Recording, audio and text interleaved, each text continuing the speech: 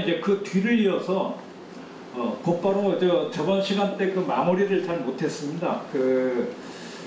우리가 이제 제주 역사 문화의 길잡이라는 어떤 화두 속에 도대체 제주 역사 문화를 이해하려면 어떤 책들을 봐야 되고, 또 한글로 번역되어 나온 책들이 어디 있고 어떤 내용들을 좀 봐야 되는지 지금 요 얘기를 먼저 이제 드리고, 그 다음에 이제 역사 일반 교양 부분이든 우리 역사 부분에든 이제 그 공부를 좀 하려 해서 마무리를 짓고, 그리고 이제 오늘 강의 주제로 넘어가도록 하겠습니다.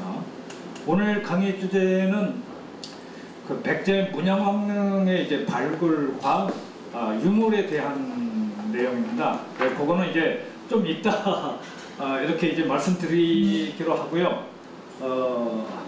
오늘은 그 저번 시간에 이어서 아마 노봉 김정선생 문제까지 아마 그때 말씀하면서 이렇게 이제 마무리된 것 같습니다. 이 노봉 김정선생은 제가 그때도 말씀드렸듯이 286년 제주 목사 중에도 어떤 조선 정부의 유교적 이념을 제주민들에게 이제 어떤 주입시키기 위한 그런 어떤 차원에서 들어온 목민관이라기보다는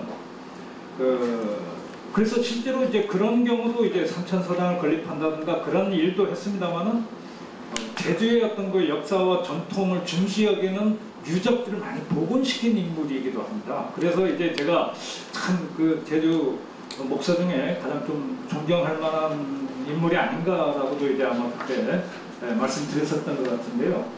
이분이 이제 화북포의 축항공사도 하죠. 이제 조천관 쪽보다는 화북포가 이제 아무래도 이제 성안으로 들어오기 이제 가까운 지역에서 화북포에 가면은 이제 이분의 이제 공적을 기리는 이제 기념비가 이렇게 이제 세워져 있는데, 지금 요 비석이 원래는 위에 목사나 사상이나 김공정 성덕비 이렇게 이제 쓰여져 있었던 비석입니다. 그 사실을 어떻게 알 수 있냐면은 60, 70년대 때 요 화북포에 세워져 있던 이 비석을 공부해서 알고 계신 분이 그 비석의 제목이 이제 그렇게 돼 있다라고 쓰여져 있었던 거예요. 근데 불과 이제 한 3, 40년 뒤인데도 불구하고 이렇게 이제 우리 이제 조면암 계열이 현무암은 말할 것도 없고 조면암 계열로 이제 비석을 주로 이제 세우는데 삼방살동이라든가 조면암 계열의 이제 요 빗돌이 세월이 흐르면서 점점 부스러져요. 이게 돌이 부스러지면서 이제 글자 부분이 이제 마모되어 가기 시작하니까, 이것도 제가 지금 한 4, 5년 전에 가서 찍은 사진입니다만은 앞에 글자 없고 여기 김이라는 글자도 약간 남아있고 봄 지워졌고요. 정자도 이 사람인변의 정사정자입니다. 이 정자하고 김자만 지금 이렇게 딱 남아있고 밑에 또 글자가 없어요. 주인공을 알 수 없는 지금 상태로 지금 놓여져 있습니다. 이 경우는 이제 마을 분들이든 아니면 이제 유산본부든 이렇게 이제 어떤 신비를 조금 하나 세우고 기존에 비는 이제 매비한다라는 어떤 기록을 좀 남기면 좋은데, 이거 이제 5, 6년 지나면 아예 이 글씨 자체가 이제 사라져 버리게 되면 이 비석 자체가 도대체 무슨 비석인지 우리가 알 수 없게 됩니다. 그래서 조금 시급함을 요하는데, 아무튼 김정 목사와 관련된 비석이 이렇게 이제 화북포에 있고, 아까 저번 시간 때 말씀드렸듯이 오연단이 이제 세워져 있고, 오연단에 있는 건 원래 건입동에 있던 삼천서당 터에 세워진 비석이 옮겨간 거라고 이제 말씀을 드렸던 것 같습니다.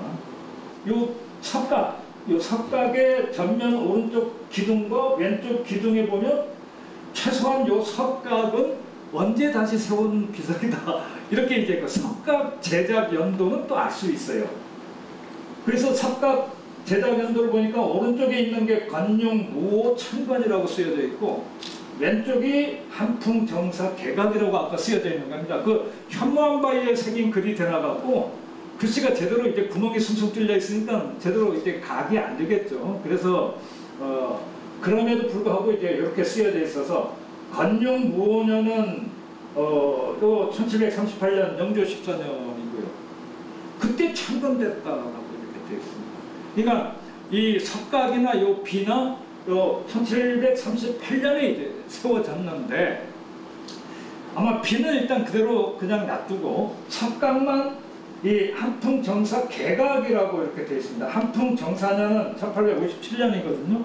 1857년에 개수 내지는 개건 이렇게 돼 있으면 비석을 다시 세웠다 이런 의미가 되는데 그러니까 세울 숫자라든가 아니면 세울 건자를 쓰면은 비석을 다시 세웠다는 건데 개각이라고 되어 있으니까 요 석각을 다시 세웠다는 얘기입니다. 그러니까 아까 그 현무암으로 석각만 1857년에 다시 고쳐 세운 것이고 비석은 그냥 옛비석 그대로다라는 사실인데 그러면 옛비석은 1738년에 지금 세워진 저 비석입니다.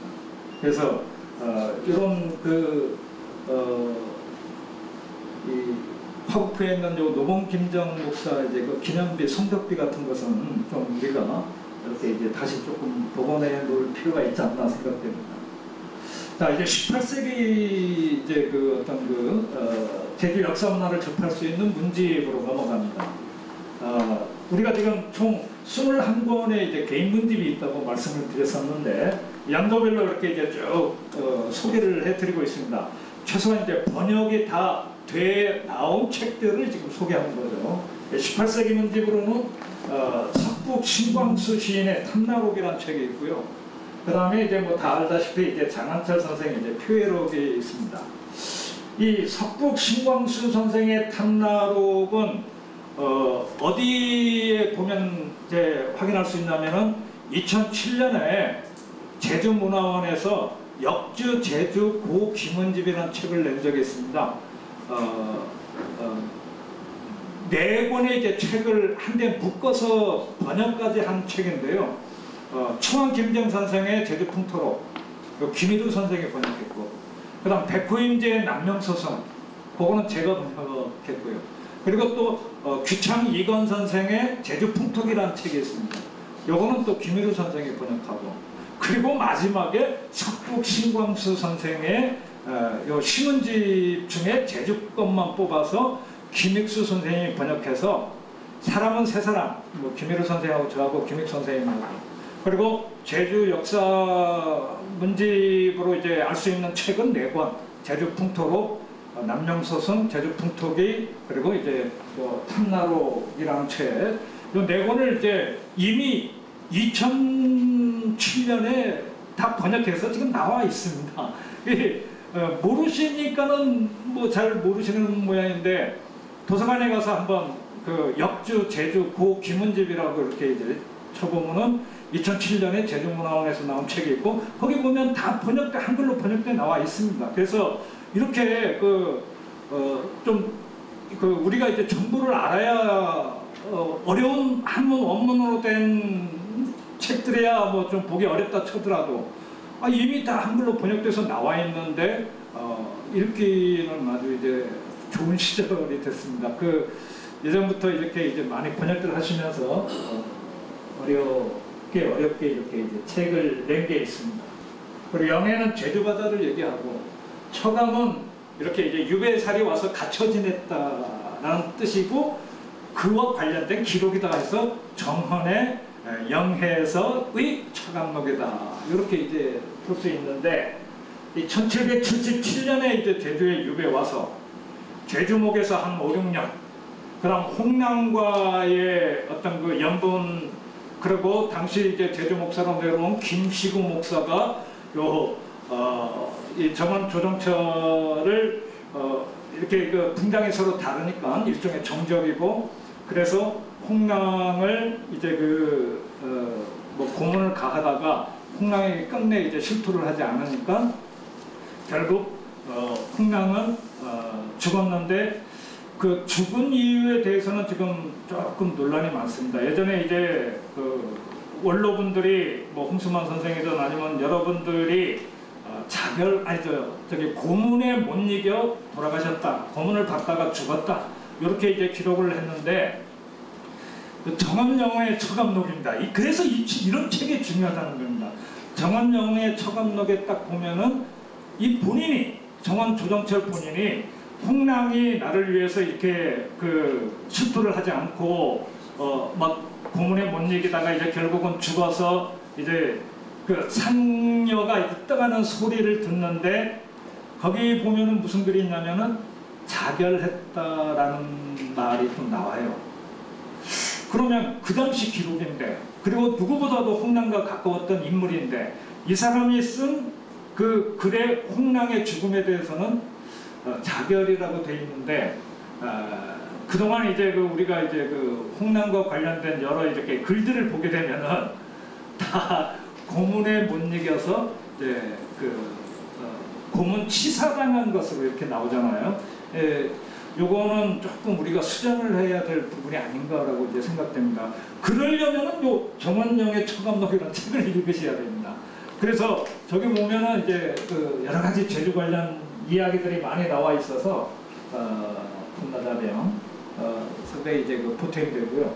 김시구 목사는 파면되고, 이 정원 조정철은 제주목에서 어디로 이배되냐면 정의연으로 이배됩니다. 성읍, 표선 성읍으로 이제 이배돼요.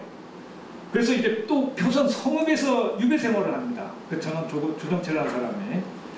그런데 또 거기서는 어떤 인연을 맺냐면은 정의연의 유생인 부종인이라는 친구가 밤마다 자기 위리 안치된 집에 찾아와갖고 뭐 밤늦게 이제 넘어와서 공부 가르치고 심은 주고받으면서 이제 인연을 맺었다라는 기록이 나오고, 정의연의 유배생을 하다가 한 얼마 정도 지나니까 이제 다시 정원 조정철이 추자도로 이제 또 이배를 가게 됩니다. 그 추자도로 이배 명령이 내려지기 바로 전날 밤에 이제 요 부종인이라는 유생이 자기 적소에 찾아와 갖고 밤 넘어 들어와서 선생님과 이제 드디어 헤어지게 되었습니다 하면서 이제 석별의 정을 나누는데, 정원 조정철이가 그 석별의 정을 나누는 시에 뭐라고 썼냐면은 참 아주 올곧은 제주 선비 유생 하나 제자로 참 잘 뒀다. 자기 목숨 아끼지 않고 이 금부도사가 지금 제주에 딱 내렸대는데 나 잡으러 이제 나가 사약받아서 죽음을 당할지 아니면 뭐 어디로 이배될지 지금 결론을 알지 못하는 상황인데, 이런 나와 내통하고 있다는 사실이 알려지면은 이 친구의 이제 목숨도 간단했을 텐데, 그렇게 밤에 와서 나랑 같이 심은 주고받고 석별의 정을 나누니 참 고맙고 안타까운 청년이라고 했는데, 이 부종인이 나중에 이제 과거에 극제하고 저기 뭐 대정현감도 하고 이렇게 이제 관직을 하고 그렇습니다. 저 대정현 쪽에 동계 정원 선생 이제 유업이가 보성초등학교에 있고,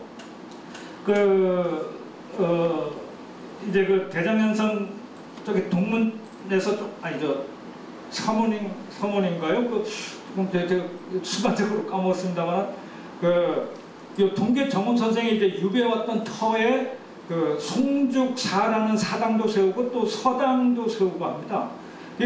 서당을 처음으로 동계 정원 선생 유배터에 세운 사람이 부종인 현감이에요.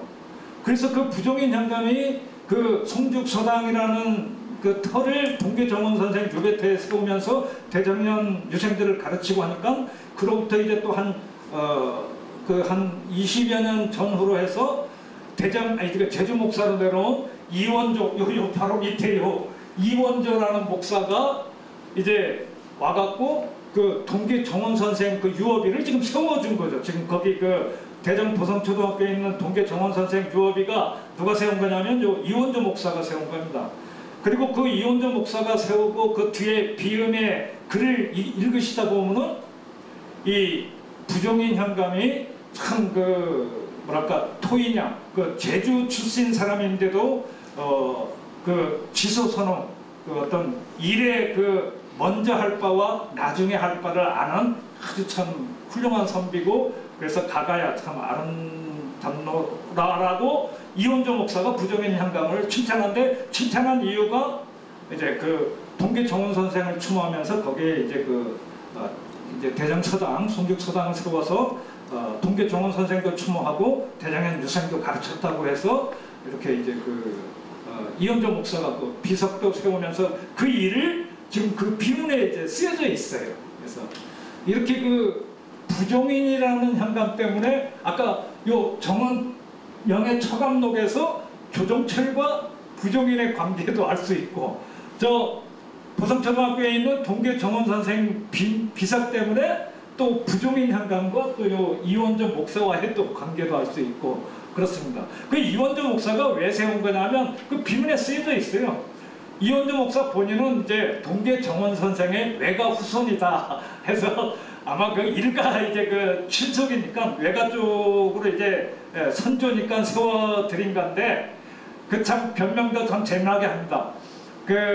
이렇게 내가 동계 정원 선생을 위해서 이제 추모하는 비석을 세운 이유는 공적인 일이요 무슨 어떤 사적인 가문에 의해서 이렇게 이제 세운 바가 아니고 동계 정원 선생이야 가장 우리 모두가 이제 존경할 만한 훌륭한 선비 아니냐. 그러니 내 가문의 가족의 친척이라고 해서 그분 높여서 세운 게 아니고 공적으로 세웠다 이런 변명 아닌 변명 글이 이제 비석에도 쓰여져 있습니다. 저도 남서록 이제 상하권 2권으로 이렇게 이제 한 10여 년 전에 번역을 해봤습니다만은 2권 할 일이 아니다 해서 그 이후로 지금 번역은 가급적이면 손 떼고 지금 제주와 경도센터에서 이제 승정원일기 제주기사만 지금 번역하고 있는 중인데 이 백동진 국장이 이원조 목사의 탐나록을 이렇게 번역을 다 했더라고요. 이 번역해 놓은 이 책에 보면은 무궁무진합니다. 예를 들어 한라산 산신제를 몇 번 지냈고 언제 지냈고 또는 풍운내우단을 어디서 지내고 사직단대를 어디서 지내고 또 70세 이상 된 연로하신 이제 어르신들 모셔서 기로연은 어디서 했고 이런 하여튼 기록들이 요 탐나록이라는 책 읽어보시면은 다 돼 있고 지금 다 번역돼 나와 있어요. 한 3년, 4년 전부터 내기 시작해서 한 권씩 이렇게 지금 현재 학원까지 작년에 이제 딱 내면서 나와 있어서 이런 책들을 이제 읽어보셔야 됩니다. 한글로 다 이제 번역이 돼 있기 때문에. 네. 탐라직방설이라는 책은 정약용의 제자 이광해라는 사람이 이제 지금 양재해 옥사와 관련된 이제 짤막한 글입니다. 소금청사 김윤식의 소금청사도 이제 김익수 선생이 이제 번역을 해서 제주문화원에서 이제 나온 게 있죠. 이거 탐나록이고 우리 정원영의 처감록인데 지금 이 책을 다 낸 게 제주문화원에서 냈습니다. 이 참 제주문화원이라는 게 민간 기관임에도 불구하고 이거 역사학자들이 또 이 제주도 어떤 공공기관에서 내야 될 책인데 물론 문화원도 좀 준공공기관의 성격을 띱니다만은 참 제주문화원이 훌륭한 일들을 많이 해놨어요. 그리고 또 이 번역을 한 게 요 정원영의 처감록이나 소금천사 다 누가 했냐면은 지금도 살아계시고 이제 김익수 선생님이 다 번역을 했습니다. 이 김익수 선생님이 번역해 놓으신 이제 제주 역사 문화와 관련된 문집이 수십 권이나 됩니다. 이분 참 존경해야 됩니다. 제가 제주도에 육지에서 이제 역사 공부하다가 제주도 내려와 바로 지금 김익수 선생님이 첫 번째로 이제 참 고맙습니다라는 말씀을 드릴 수 있고요. 두 번째는 이제 손홍옥 선생님께 이제 고맙습니다라는 말씀 드릴 수 있고 마지막으로는 이제 지금은 이제 퇴임하셨습니다만은 고창석 교수님 제대사학과 고창석 교수님 네, 참 고맙습니다. 한데 물론 제가 사학과 출신이니까는 역사 관련인데 다 어려운 이제 한문 원문으로 된 어떤 문안이나 아니면 문서류들 이런 것들을 다 번역을 해 주신 분들이에요. 실제로 지금 현재 저희들이나 조금 우리보다 젊은 한 50대 초반 친구들 이렇게 번역을 한다든가 아니면 고문서 하나 나오면은 이 초서로 되어 있는 것을 탈초라고 하거든요. 일단 한자 정자체로 이렇게 이제 옮겨 쓰고 이제 옮겨 쓰고 나서 이제 번역을 하는데 고문서류 하나 나오면은 탈초 과정이 있어야죠. 그 다음에 이제 번역 과정이 있어야죠. 그런 것들 이렇게 제대로 할 수 있는 어떤 우리 제주 인재를 키워내지 않으면은 나중에 어떤 일이 벌어지냐면 제주에서 이런 고문서든 이런 것들이 하나 나오면 육지 가갖고 이 탈초하는 어르신 찾아다니면서 이거 해주세요라고 이제 아쉬운 부탁을 해야 되는데 육지에 있는 분들은 탈초금 문서 한 장 하면은 여기서는 지금 저 김익수 선생님이나 손홍 선생님이 뭐 한 뭐 10,000원에 해주면은 육지 애들은 육지 선생들은 10만 원 막 그냥 뭐 50만 원 이렇게 부릅니다. 그러면은 재정적으로도 문제고 또 자존심으로도 문제입니다. 그래서 우리 제주 사람들이 좀 공부를 해야 돼요. 그래서 이 자체 역량을 좀 갖춰야 이렇게 뭐랄까 이렇게 좀 육지에 이제 기대는 그런 공부하는 데 있어서 모습이 이제 얻게 되겠죠. 지금 22번이라고 좀 번역돼 나온 부분, 제가 보니까 교육박물관 이거는 이제 원본들이 지금 소장되어 있는 소장처를 이제 얘기했는데 이 21권 중에 이런 책들은 꼭 읽어보셔야 되는 책들입니다. 이 김정 선생의 제주풍토록, 백호임제 남명소선, 청은김상은의 남사록, 규창이관의 제주풍토기 또는 이익태 목사의 이제 지역록 같은 책은 꼭 읽어보셔야 돼요. 그리고 여기 이영상 목사의 이제 병화집이라고 소개했습니다만은 이미 번역돼 나온 것 중에는 이제 남한박물이라는 책이 있습니다. 그래서 그 남한박물이라는 책도 좀 읽어보셔야 되고요.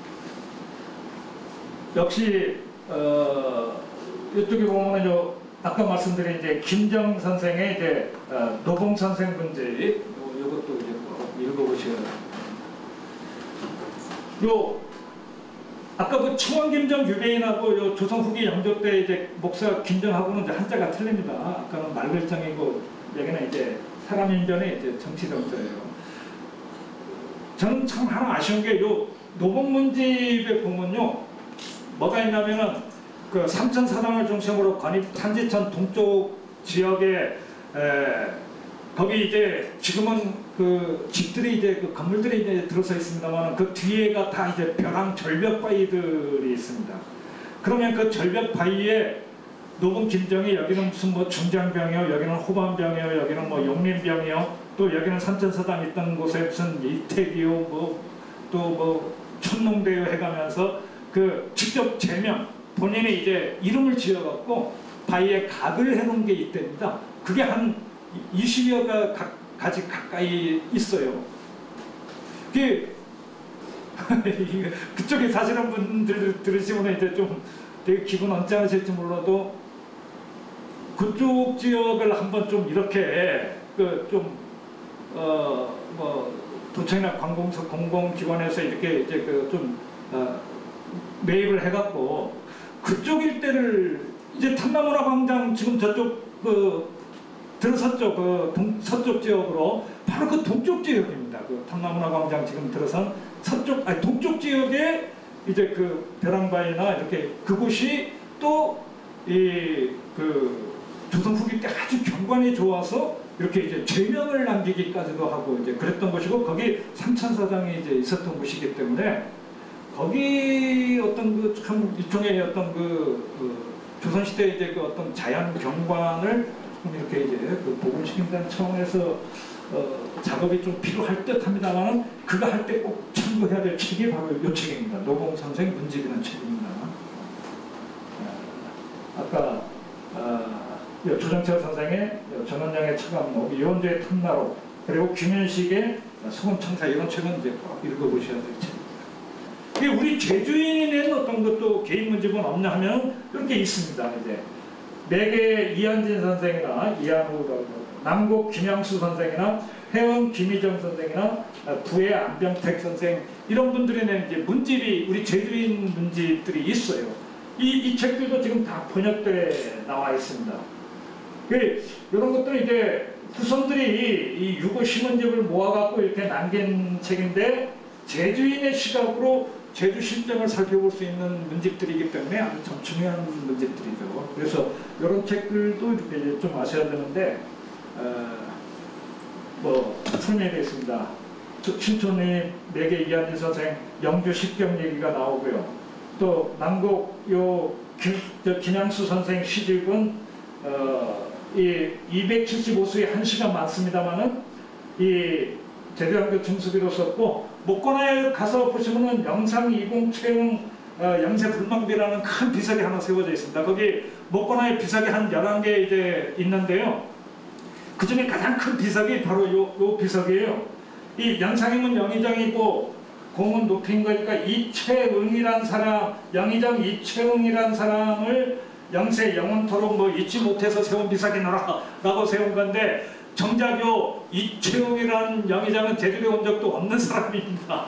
예, 이때 제주도에 그냥 막 흉내 들고 하니까는 이때 제주 목사가 백낙연 목사라고 했는데, 이제 이채용에게 이제 영의정에게 얘기하고, 그래서 이제 그 진연미든 이런 것들을 좀 보내주고 하니까 좀 고마워서 이렇게 이제 그 영의정 뭐 당신 비석 세워놓으라고 이제 제주에 이제 세운 건데, 조금 심하게 표현하면은 백낙연 목사가 이제 영의정에게 좀 소위 뭐 아부한 게 아니냐, 뭐 이런 아부정을 세운 비석이 아니냐, 이렇게까지도 이제 얘기하는 경우도 있고 그렇습니다만은, 누구냐면 흥선대원군의 이제 형입니다. 형. 이 흥선대원군하고 사이가 안 좋았던 인물이에요. 그래서 그 1873년에 이제 그 흥선대원군이 이제 쫓겨가니까 이제 고종이 20살 돼서 이제 친정을 하게 되니까, 이 고종과 명성황후 민씨의 이제 그 후광을 받으면서 영의정에까지도 올랐던 거죠. 그 흥선대원군과 소위 이제 그 상대가 될 만한 인물이다 해서 이제 그 이채용이라는 사람이 이렇게 이제 있을 때, 이제 그 지금 그 목권에 있는 그 이채용 뒷면에 가면 한문으로 빽빽히 지금 그 비음이 쓰여져 있거든요. 그거 다 지금 뭐 번역되어서 나와 있습니다. 그 제주문화원에서 증거 탐나지나 이런 데 보면 다 번역돼 나와 있는데, 거기 맨 마지막에 보면 난곡 김양수 서라고 이제 되어 있습니다. 이 난곡 김양수 선생이 아마 백낙연 목사의 부탁을 받고 이 사람 관련된 글을 좀 써다오 하니까 아마 난곡 김양수 선생이 써드렸나 봐요. 그래서 지금 그 목관에 가면 그 큰 비석 뒷면에 쓴 글은 난곡 김양수 선생이 이제 글이다라고 얘기해요. 이게 이제 해영원집은 아까 그 탐나록을 번역한 그 제주문화원 그 백종진 국장이 이제 해영 김희정 선생 문집을 번역했고, 부의 안병택 선생 이제 문집은 선홍 오문복 선생이 이제 번역하고 그랬습니다. 이 해영 김희정 선생은 우리가 꼭 좀 알아야 될 주요 인물이죠. 왜냐하면 저기 지금 현재 오연단을 조성한 인물이기도 합니다. 원래 저번 시간 때 말씀드렸듯이 거기 이제 귤림서원이 있었던 곳인데, 흥선대원군의 이제 서원 철폐령으로 이 귤림서원이 전부 철폐돼 버리니까 20년 있다가 그래도 그 성현 5분을 추모하기 위한 어떤 일종의 재단은 마련해야 되지 않겠느냐 해서 이제 1871년에 귤림서원 철폐, 1892년에 이제 요 해영 김희정 선생을 중심으로 한 제주 유림들이 거기다가 조그만 조두석 그 5개 세워놓고 오연단이라고 이제 부르면서 뒤에 이제 제를 올리게 되니까, 지금 막 그때도 말씀드렸지만은 오연단이라고 불린 건 기껏해야 이제 한 지금 120년밖에 안 되고요. 한 300여 년 가까이 그 지역은 예전에도 말씀드렸듯이 이제 귤림서원이 있던 곳입니다. 그래서 귤림서원터 뭐 이렇게 이제 우리가 조금 기억을 해야 옳지 않나 생각합니다. 돌아가셨지만은 초대 그 제주문화원장 하셨던 양중혜 선생이 쓰신 글씨입니다. 그래서 그런 것도 조금 어디 그 목관화에 이 어떤 그 기록이나 안내 그 뭐 책자 같은데 조금 써놨으면 좋겠는데, 지금 가서 보시면은 이제 현판, 저도 막 수소문해서 거기 지금 최소한 달려있는 현판들 어떤 분들이 쓰신 거냐 해서 겨우 알고, 지금 요 아래 거는 누가 쓰셨냐면 요것도 역시 그 돌아가셨습니다만은 그 김순겸 선생이 이제 그 쓰신 글씨예요. 아래 글씨는. 그 김순겸 선생이라는 분은 우리 제주시 곳곳 돌아다니다 보면 한라일보사에서 세운 그 표석 있죠?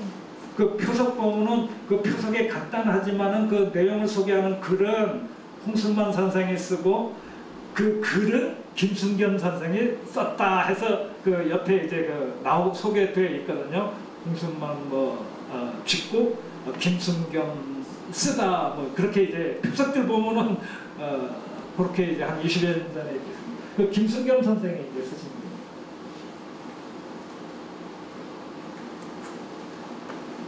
그 목가나 바로 옆에 이렇게 수령 이하 개하마라는 하마비가 있죠. 목가나 아마 다들 아실 텐데 일종의 이제 하마비인데 수령 이하는 모두 이제 말에서 내려라라는 이제 하마비인데 이 하마비 뒷면이든 좌우 측면에 가면 완전 이 비석을 세웠노라 지금 새겨져 있지 않습니다.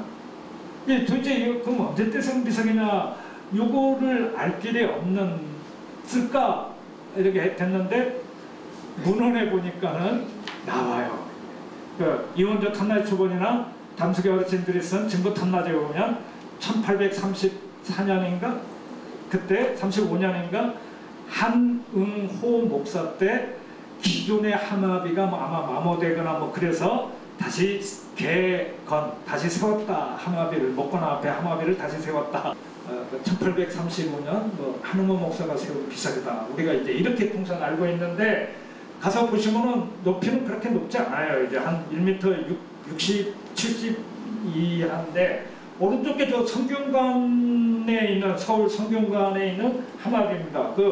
이게 어찌 보면 사실상 거의 하마비의 시초라고 해도 과언이 아니죠. 원래 하마비는 돌로 만들어진 게 아니에요. 그 왕릉이라든가 이런 그 유교 성현들이 있는 이제 그 성균관 문묘라든가 아니면 궁궐이라든가 이런데 이제 그 성현들이나 이제 왕을 위해서 이렇게 이제 말에서 내려서 이제 예의를 갖춰라 이런 차원에서 원래 태종 때 나무로 만들어 갖고 이렇게 이제 표시를 했었답니다.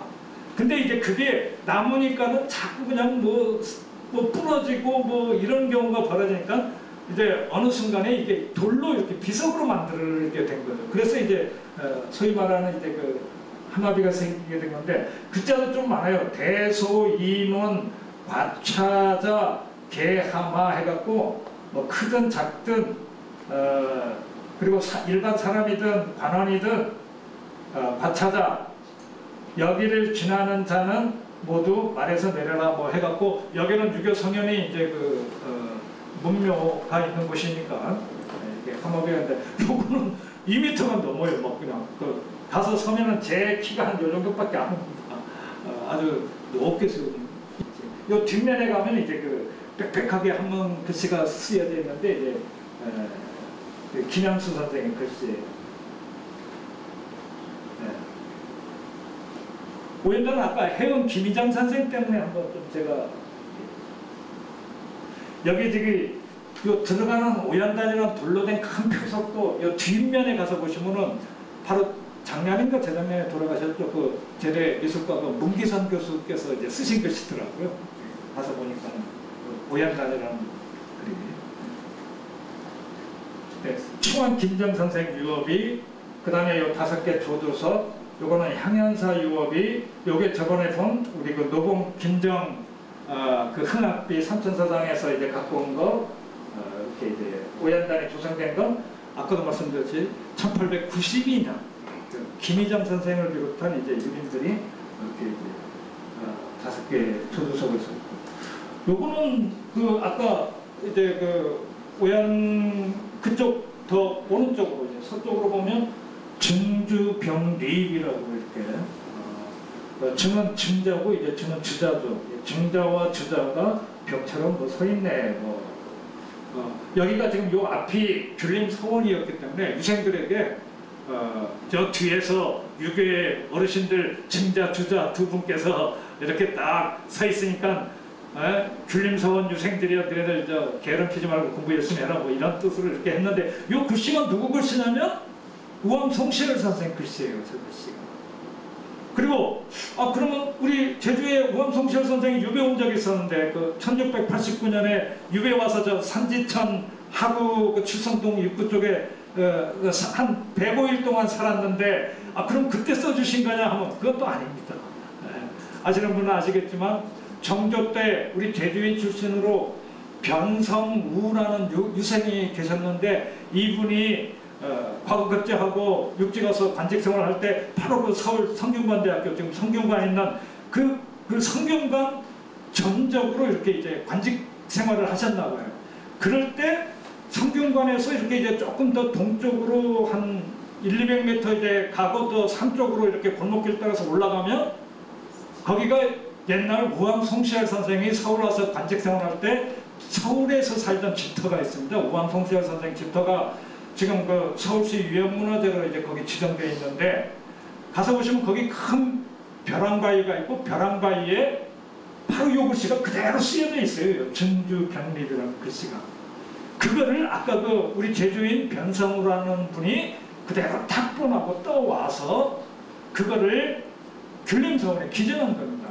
이 기증해서 그때 당시 또 곧바로 여기 각을 해놓은 게 아니고 요 각을 해놓은 건 요 옆에 보면 나와 있지만은 뭐 최동건 목사하고 홍경사 판관 때 요 각을 했노라라고 여기 쓰여져 있습니다.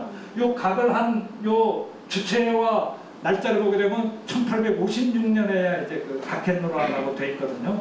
이게 원래 변상우로 한 분이 가져온 건 정조 때니까 1790년대에 갖고 왔는데 한 6, 70년 있다가 이제 각을 해놓은 거죠. 뭐 이유가 뭔지 모르겠습니다만.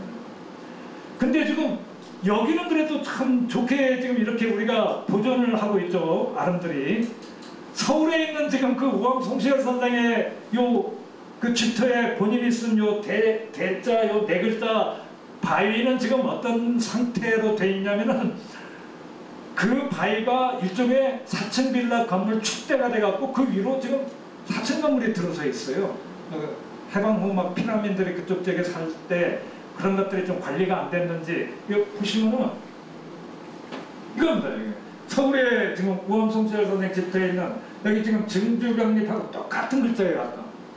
이 지금 요게 축대가 돼서 여기 계단이 있고 요 위로 지금 4층 빌라 건물이 지금 지어진 겁니다. 그러니까 아마 요 앞이 이제 우암 송시열 선생 집터고 우암 송시열 선생이 자기 집터에 있던 요 큰 바위에다가 이제 본인 글씨로 이렇게 증주병립 딱 네 글자를 써놨는데 지금은 아주 볼품없게 됐고 오히려 이거를 탁본에서 떠와서 1856년에 우리 오영단에 이렇게 이제 그 각해놓은 증주병립은 고즈넉하게 이제 잘 보존되어 있죠. 자, 제주의 고문집 이렇게 네 권을 소개시켰습니다. 역사지지서들이 이제 중요한데요. 일단 중앙정부에서 편찬한 문헌 3편하고 우리 이제 제주 목에서 이제 편찬한 문헌으로 한 10편하고 이렇게 13편을 좀 공부하셔야 됩니다. 이제 저희 같은 사람은 이제 그 13편을 하나하나 다 비교를 해요. 어떤 한 항목을 갖고서 예를 들어 관덕정이라는 항목을 갖고서 이제 이렇게 이제 역사 지지서를 공부하다 보면 조선전기 때 나온 신증 동국여지 승람에는 관덕정과 관련해서 글이 한 두세 줄밖에 없어요. 그럴 수밖에 없겠죠. 이제 막 지어진 지 얼마 안 된 시점에 나온 역사 지지서니까 동국여지 승람. 근데 조선 후기 때 나온 뭐 이원진 탐나지라든가 아니면 이원조 탐나지 초본이나 아니면은 저기 뭐 윤시동 목사의 증거 탐나지들 이런 데 보면은 관덕정 항목만 갖고도 이 한 시가 뭐 한 10수 정도 수록돼 있고 그 간에 언제 중수했고 언제 뭐 개건했고 보수했고 이런 기록이 이제 쭉 나와 있으니까 이 한 것만 보면 안 되는 거죠. 그러니까 앞에도 보고 뒤에도 보고 또 거꾸로 앞에도 확인을 해야 되는 게 왜 앞에도 확인해야 되냐면 뒤에는 분명히 있는데 과연 이게 조선 전기 때도 있었던 건물이냐를 확인하려면 앞에 동국여지 승람을 한번 보는 거예요. 근데 동국여지 승람에는 안 나오는 건물이다. 근데 조선 후기 탐나지에는 나오는 건물이다. 하면은 이거는 우리가 이제 통상 물론 좀 무리한 뭐 추측일 수도 있습니다만은 조선 전기 때 세워진 건물이 아니라 뭐 조선 후기 때 나온 건물이다. 이렇게 우리가 이제 추정을 할 수 있는 겁니다. 물론 이제 다른 각도로 이렇게 이제 엄밀하게 이제 추정에 들어가야 되지만은 그래서 이제 이 전후 비교를 해야 된다는 거예요. 어떤 한 책만 나가 읽어서 된다 이게 아니고요. 이 탐나지 지금 여기 13권이 있다는데 우리 제주 역사 문헌을 알 수 있는 13권의 그 지지서들도 가급적이면 맨 마지막 역사지지서 한 권을 읽고 그것을 중심으로 그 앞에 이제 그 지지서들을 이렇게 이제 대조하면서 이렇게 공부하는 게 이제 필요합니다. 말 그대로 이제 백과사전이죠. 제주 역사문화를 알 수 있는 백과사전입니다. 저도 이 공부로 사실상 시작했습니다. 2005년에 제가 이제 막 박사 논문 준비하고 있는데 제주문화원에서 갑자기 이제 그 당숙의 어르신들이 이제 증거 탐나지를 지금 번역하고 있는데 좀 젊은 소장으로서 자네도 좀 번역을 좀 하게 해갖고 이제 요청이 들어와서 그때 당시 좀 젊은 사람으로 번역에 투입된 사람이 3사람인데 박찬식 박사하고 이제 저하고 김일호 박사 3사람이 나이도 비슷비슷한 사람들이 3사람이 젊은 이제 소장학자랍시고 이제 번역에 들어갔고요. 그때 당시 어르신들이 누구냐면 아까 양종혜 선생님, 뭐 홍수만 선생님, 김찬업 선생님, 김익수 선생님, 우은복 선생님 다 계실 때고 그분들의 원고를 이렇게 다 받았거든요. 이렇게 받아서 편집을 누가 했냐면 저하고 김일우 선생하고 시인이신데 이제 그 김순희 선생님이 계십니다. 그 김순희 선생님 3사람이 이제 편집하고 교정 교회를 다 봤어요. 그래서 그 어르신들이 보내주신 글이 예전에는 그 디스켓이라고 있습니다. 디스켓으로 보내주시는 분은 그나마 좀 좋고요. 왜냐하면 그래도 쳐서 이제 보내주신 거니까 그냥 종이에다가 그냥 원고지나 뭐 종이에다가 글로 써서 이제 보내주시면 글씨를 어르신들 쓴 글씨를 못 읽어요. 그냥 뭐 그 한자만 귀갈겨 쓰고 그것 일일이 다 이제 그 타자치면서 그 컴퓨터에 이제 입력시키느라고 직접 그분 찾아가서 선생님 이거 무슨 글씨입니까? 이거 무슨 글씨? 다시 일일이 물어보면서 이제 타자치고 그렇게 이제 그 책을 냈거든요. 그게 2005년하고 2006년에 나온 그 증거탐나지라는 책입니다. 그 당숙의 어르신들이 낸 이제 그 증거탐나지라는 책인데 언제 나온 책이냐면은 오래지도 않습니다. 이제 한 70년 전에 나온 책이에요. 1954년에 나온 책입니다. 신재 김석익 선생이 좀 감수를 하시고 탐나기년을 쓰신 신재 김석익 선생님이 감수를 하시고 그 다음에 이제 김문희 선생이나 김범준 선생이나 그래서 당시 아주 명망가였던 어르신들이 이제 한 12분이 이제 글을 쓰신 거예요. 역할 분담하시면서 그 12분의 집합체 모임을 이제 담수계라고 하는 겁니다. 그 개는 우리 뭐 개모임 할 때의 개고요. 담수는 맑을 담자에다가 물숫자에서 아마 그 12분 어르신들 본인들을 이렇게 맑은 물과 같은 뜻을 가지신 분들 모임이다 해서 이분들이 이제 쓴 그 증거탐나지라는 책이 있습니다. 그 책을 보셔야 됩니다. 지금 이제 제주 역사문화를 이제 아주 본격적으로 좀 늦었지만 들어가겠다고 하시면은 그 책을 보셔야 돼요. 그 책을 처음부터 그냥 한번 쭉 읽어보셔야 됩니다. 한글로 번역도 나오고 도서관 가서도 이제 있으니까요. 그 책을 읽으세요. 앞에 2권은 분량이 뭐 한쪽, 요거는 한쪽, 요것도 뭐 한 서너 쪽밖에 안 돼요. 제주가 어떤 곳이다라는 그 어떤 약간 소개만 돼 있습니다. 그런데 여기서부터는 이제 좀 다르죠. 1481년에 동국여지 승남이 편찬됐고 약 50년 뒤에 다시 새로운 내용을 추가해서 신증 동국여지 승남이 1530년에 나왔습니다. 요거는 저번 시간 때 우리가 신증 동국여지 승남 찾아봤죠? 집에 가서 홈페이지 다 들어가 보셨어요? 요거는 요 신증 동국여지 승남을 보시려면 어느 홈페이지에 들어가셔야 된다고 복습 안 하셨습니까? 제가 3개 알려드렸잖아요. 국사편찬위원회 홈페이지하고 한국학중앙연구원 홈페이지하고 마지막으로 소개시켜드린 홈페이지가 있었습니다. 한국고전번역원이라는 기관의 홈페이지에 들어가셔야 됩니다. 거기 들어가시면은 고전번역서라는 이제 그 항목이 있고 고전번역서에 신증동국여지 승남이라는 거기를 찾아서 들어가면 그때 다 번역되어 있고 거기 막 클릭해서 이제 복사해서 자기 그 한글 파일로도 갖고 올 수 있다고 그때 말씀드렸잖아요.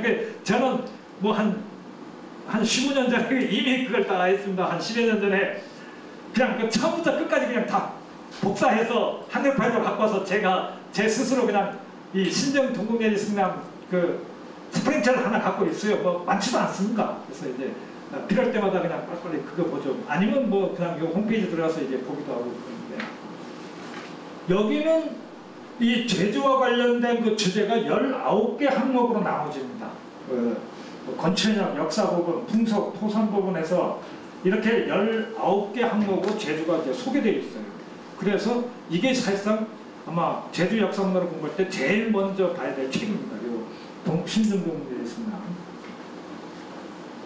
그리고 우리 제주 목사 이름으로 편찬된 역사 지지서가 있습니다. 이 제주 목사 본인 저자로 이해하시면 안 되고요.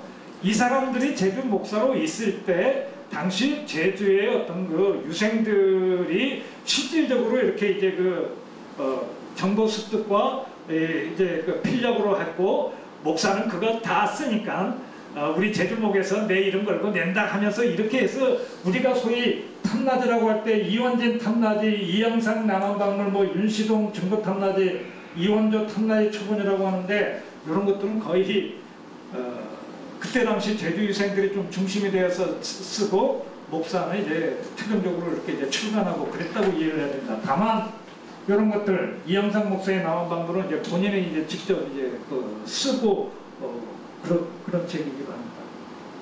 읍지리도 있습니다. 제주 읍지, 뭐 대전군 읍지, 정의군 읍지.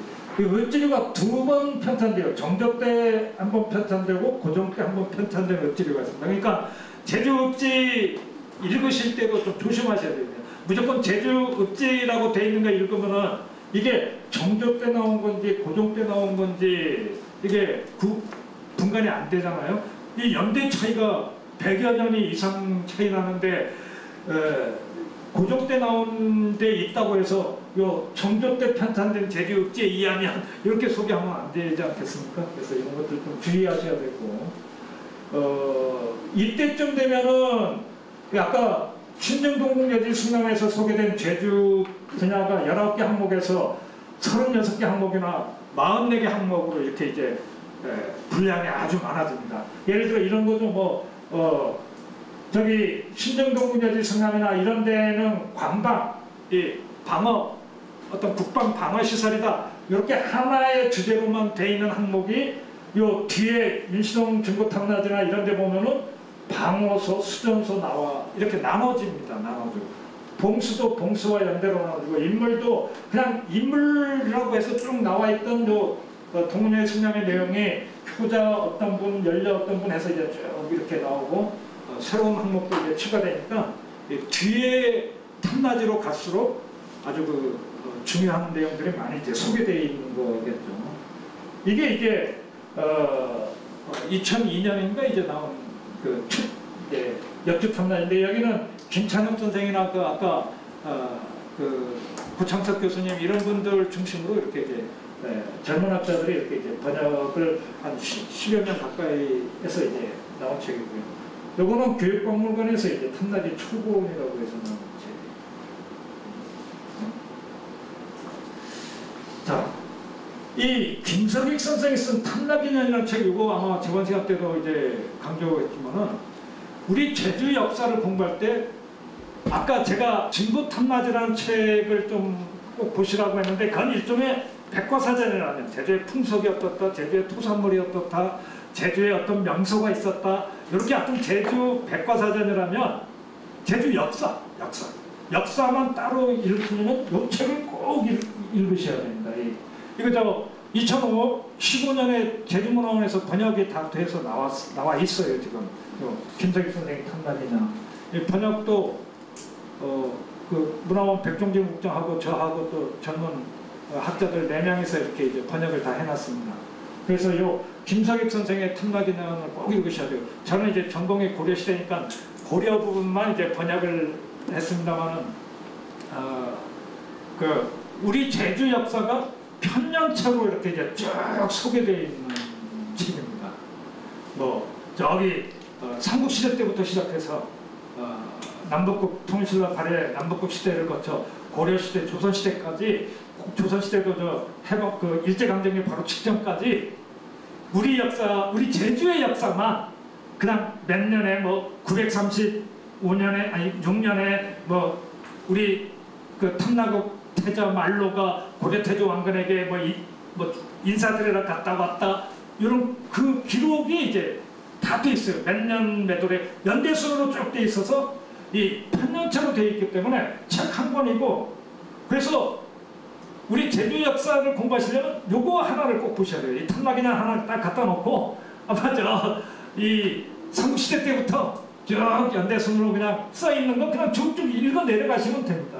그래야 아 우리 제주 역사가 이랬구나라고 이렇게 이제 책 접는 순간 딱 이렇게 이건 읍지류들이고 말씀드린 탐락이라는 책이고, 요게 이제 역주 진도 탐라지라는 책입니다. 이거 만들 때 이제 아까 제가 좀 2006년에 이렇게 나온 책이고요. 요거는 원본입니다. 그 1954년에 원본 책이 있는데 원본 책이 하도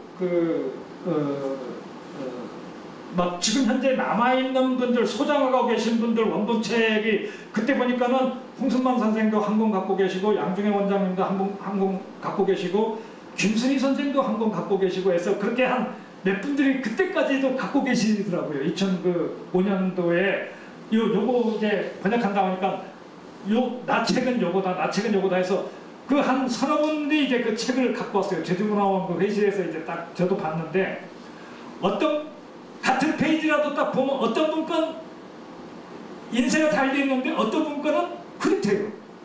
이유가 뭔지 아시겠죠? 그 소위 말하는 이 등사하는 것으로 낸 책이기 때문에 그 기름종이 유지에다가 그 철필로 써갖고 종에다 넣고 이제 이 말씀은 안 되는데 그 같은 긁는다고 하잖아요. 그래서 이제 그렇게 낸 책이니까 같은 페이지라도 이거 힘껏 밀어서 낸 그런 종이로 나온 책은 아주 자세히 딱 나와 있는가 하면은 다른 책에는 흐미해갖고 내용을 알 수 없더라고요.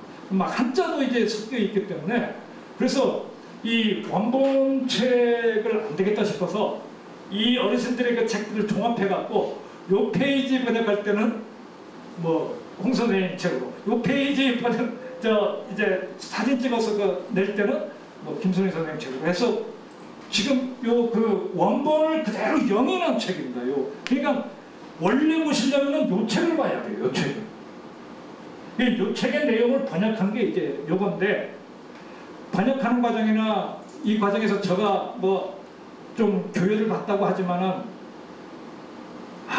지금도 그 편지 후기에 써놨습니다만은 너무 제대로 교정을 못 받다만 나름대로 열심히 본다고는 했지만은 나중에 책 나와서 보니까 곳곳에 오타 교회를 못 잡아놓은 부분들이 너무 많더라고요. 그래서 참 안타깝습니다. 이게 부끄럽기도 하고요. 그래서 좀 공부 조금 이제 나중에 깊게 하시려면은 요 번역본만 보지 말고 요 번역본과 요 원본 영인본이 있습니다. 요 원본 해당 대목 찾아서 정확하게 돼 있는지 한번 대조하셔야 됩니다. 예, 여기에는 예를 들어 단기 몇천 몇 년이라고 돼 있거든요. 그럼 그걸 요 책에는 다 우리가 서기로 이제 바꿔놨습니다. 예, 그런 과정에서 이제 점검해 들어가기가 조금 어려울 수도 있는데 좀 공부하시려면 그 정도의 이제 조금 노고는 또 들으셔야죠. 역사지지서에 이제 수록된 것에서 이런 역사지지서 이런 책들 탐라지, 남한방글, 중국 탐라지, 제주지 이런 책을 이제 읽으셔야 되는데 이런 책을 읽으시려면 아까도 말씀드렸듯이 요거 담수계 어르신들이 쓴 요 1954년에 요 중국 탐라지 요 책 한 권만 읽고 앞에 거는 초학자는 좀 안 읽어도 될 듯합니다. 자, 장계는 저번 시간 때도 했지만 목사가 올리는 글이고 서계는 어사가 이제 보고하는 글이라고 했고 그런 장계첩, 서계첩과 관련된 것도 한 5편 정도가 이제 됩니다. 탐라장계첩, 서계진록, 탐라계록, 이원조, 탐라목관첩, 목사 6인 요때 제주계로 해갖고 이런 책들은 현안이죠, 현안. 예, 그 당시 제주에 이런 현안이 있다, 왕한테 보고를 해서 어떻게 처리할까요? 해서 한 거기 때문에 나름대로 그 당시 제주의 이제 그 현안들을 좀 공부하고 싶다면 요 책들을 꼭 이제 보셔야 됩니다.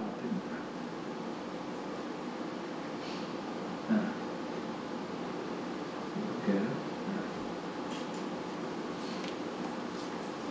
군사전정류 이 제주 소고공 군정부는 책이 참 재미난 책이죠. 이저 탐나술력도 제작할 때 이 그림종이 이제 그 얇으니까는 뒤를 딱 든든하게 받쳐주기 위한 배지로 이제 붙였던 부분이거든요. 왜 이거를 다시 이제 탐나술력도 이렇게 작업할 때 배지를 다시 덧댄다 하면서 기존의 배지 벗겨내는데 거기에 한자가 쓰여져 있는 거예요. 이 한자가 쓰여져 있는 내용 가만히 해석해 보니까 우리 제주의 소고군 군적부입니다. 각 지역별로 몇 명의 군인들이 있고 그 어떤 개개인의 군인 암흑의 이름과 그리고 그 재미난 것은 그 암흑에는 얼굴에 무슨 표시가 있다, 뭐 눈 아래 점이 있다 이렇게 이 묘사가 돼 있어요. 그 사람을 이렇게 이제 아주 중요한 이제 제주의 군적부가 탐나술력도 이제 배지에 쓰여져 있던 게 발견돼 갖고 우리 지금 제주의 당시 그 군사체계 내지는 군인들 관리까지 이렇게 이제 알 수 있는 책입니다. 예. 그다음 방법류로는 이제 이렇게 5개고 급제선생안 무과급제자를 얘기합니다.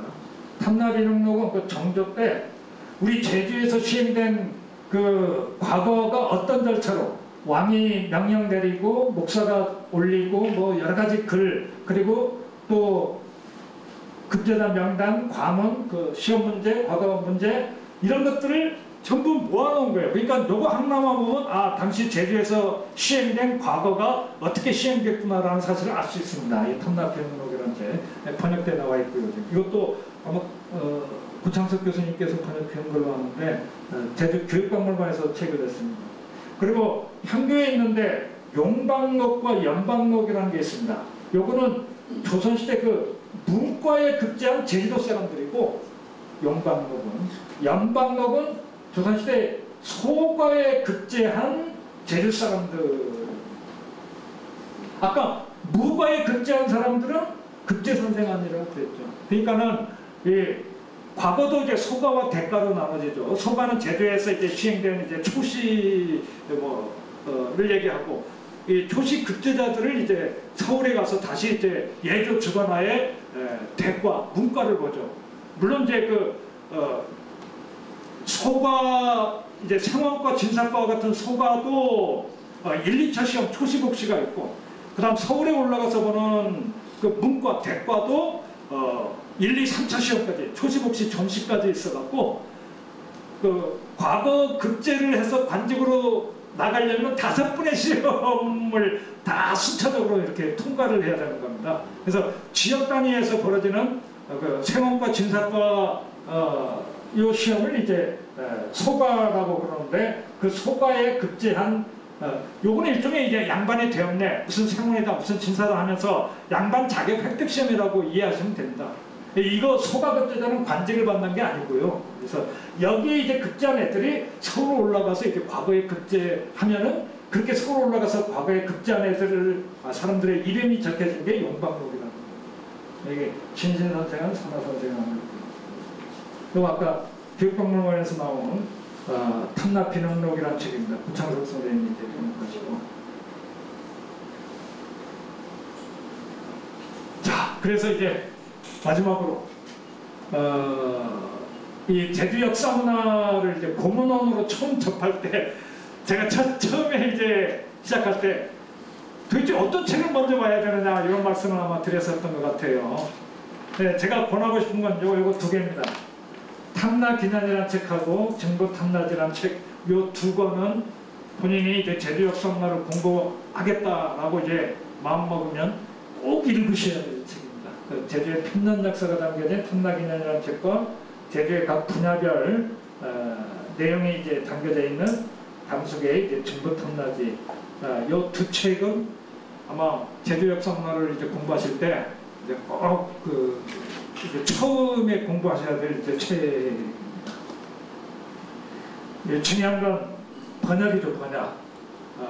근데 번역하는 사람들이 그렇게 이제 많지 않아서 좀 아쉽긴 합니다만 지금도 그래도 꾸준히 2000년 이후에 이렇게 역주소가 많이 이제 나오고 있습니다.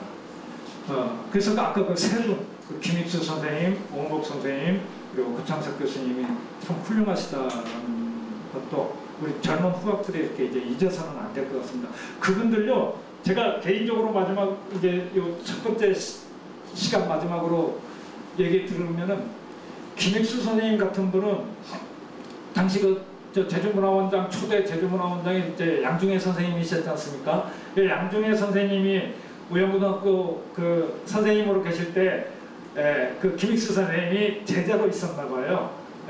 우영고등학교 5회라고 하시던데 김익수 선생님이 그때 이제 양중혜 선생님이 우영고등학교 국어 선생으로 계셨나 봐요. 물론 나중에 이제 제주도에 가서 이제 국문과 교수로 계시고 하셨지만 그러다 보니까는 양중혜 선생님이 제주문화원 원장으로 갈 때 뭔가 제주 관련 이제 그 이렇게 문집이나 이런 것들을 좀 번역을 해야 되는데 이 번역할 사람 마땅치 않으니까는 요 김익수 선생한테 이제 자꾸 갖다 줘서 이제 요책 좀 번역해서 내야 되겠네. 그래야 일반인들에게 이게 널리 알려지고 한글로 번역되었습니다. 그래서 이제 그런 작업을 계속 금수만 선생까지 이어가게 된 겁니다. 그 김익수 선생님이 주로 하셨는데 이 김익수 선생님이 하시는 말씀이 그 가서 번역해 주면 그래도 번역료라도 이렇게 조금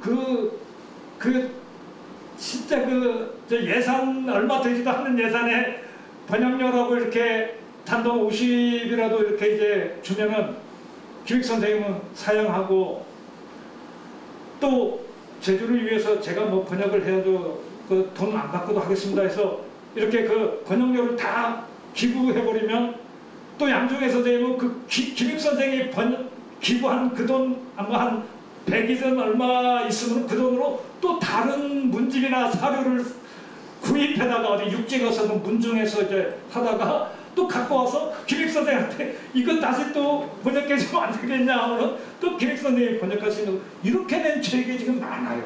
그래서 이런 어르신들의 그 어떤 희생과 그 고생 이거 우리가 모르면 안 되고 그래서 그분들의 어떤 희생과 봉사에 우리도 좀 관심을 갖고 이렇게 이제 번역돼 나온 거 열심히 읽어줘야 되지 않겠습니까? 그래서 이제 우리 제주 역사 문화를 공부할 때 이제 이런 책들을 갖고서 이제 좀 공부하십사 하고 이제 처음으로 제가 이제 강했습니다. 한 5분만 좀 쉬었다고요. 이제 오늘 그 문형학문과 관련된 이야기를 좀 해보겠습니다.